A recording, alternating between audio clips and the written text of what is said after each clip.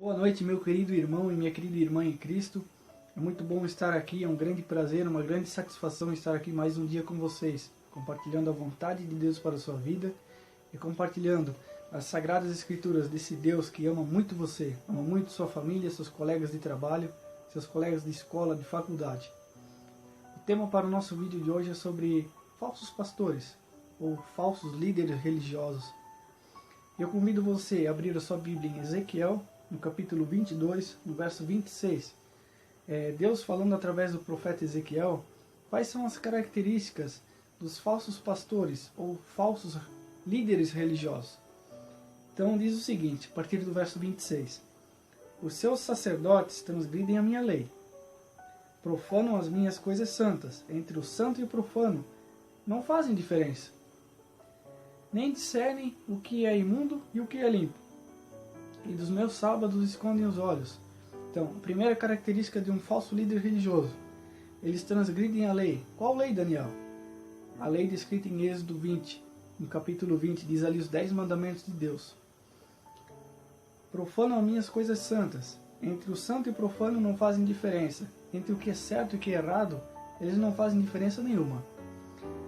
Nem discernem entre o limpo e o imundo. Quando fala aqui, não discerne entre o limpo e o imundo, está falando sobre Deus. Ele tinha dado uma alimentação para o ser humano em Gênesis, na criação.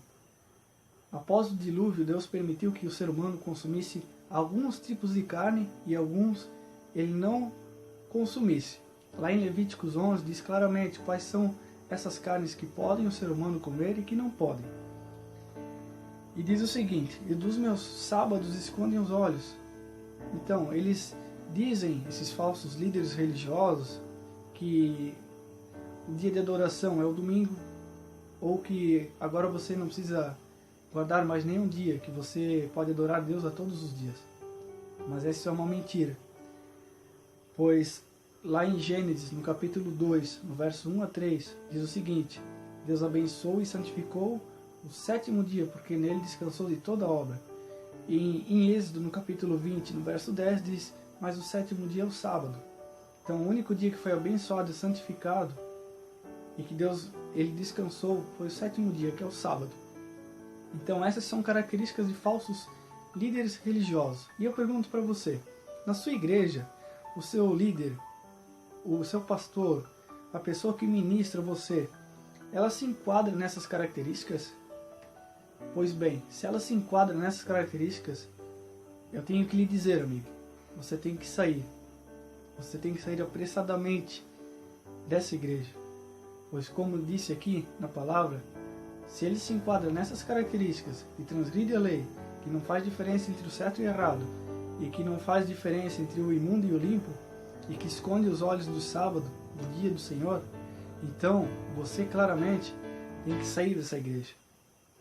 Que você, a partir de hoje, possa conhecer quais são os líderes religiosos de verdade. Que você possa conhecer qual é a vontade de Deus para a sua vida.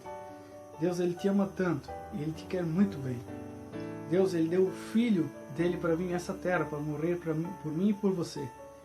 E hoje, ele está dizendo para você qual é a característica desses falsos líderes, para que você não seja enganado, para que eu não seja enganado. Então, se o seu sacerdote, se o seu pastor, a pessoa que ministra na sua igreja tem essas características, caia fora. Saia daí. É erro, é engano.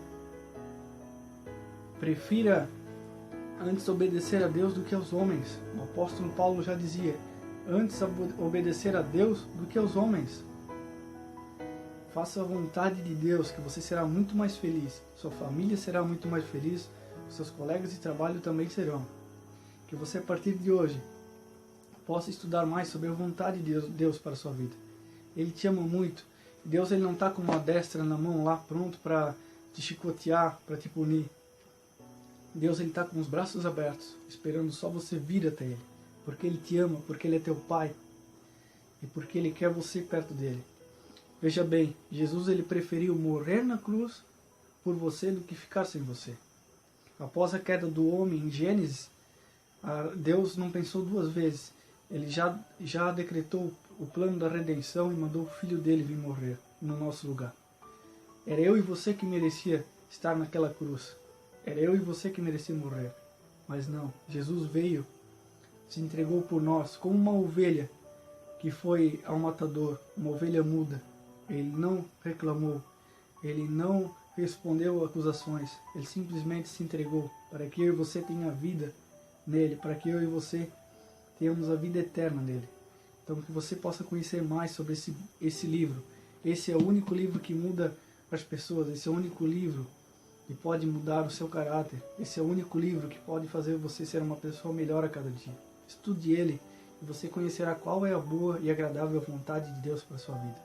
Que você tenha uma ótima noite e uma ótima semana. Deus te abençoe muito. Um forte abraço.